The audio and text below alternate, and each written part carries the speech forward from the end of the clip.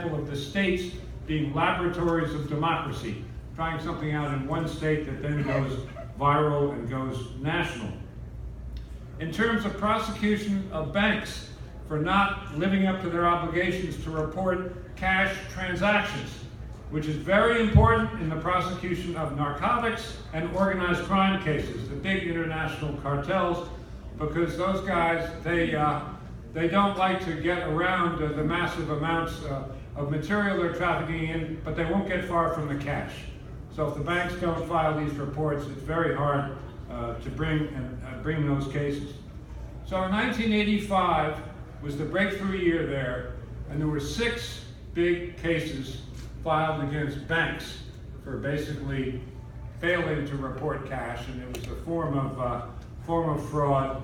Came to be called money laundering, or it was an aid of money laundering.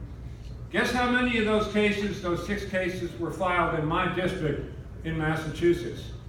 The answer is all 6 of them. Okay?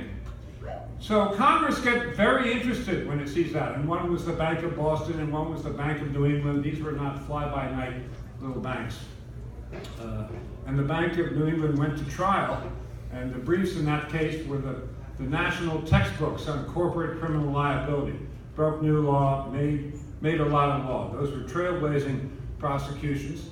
So Congress got interested. This was a national and international problem. And Bill Roth, who was the chair of the Senate Finance Committee, asked me to come down and testify about this, which I did. And it resulted in the federal anti-money laundering legislation of 1986, which is landmark legislation and stays on the books to this day. So that was another instance of starting in Massachusetts, and it wound up as national policy in Washington.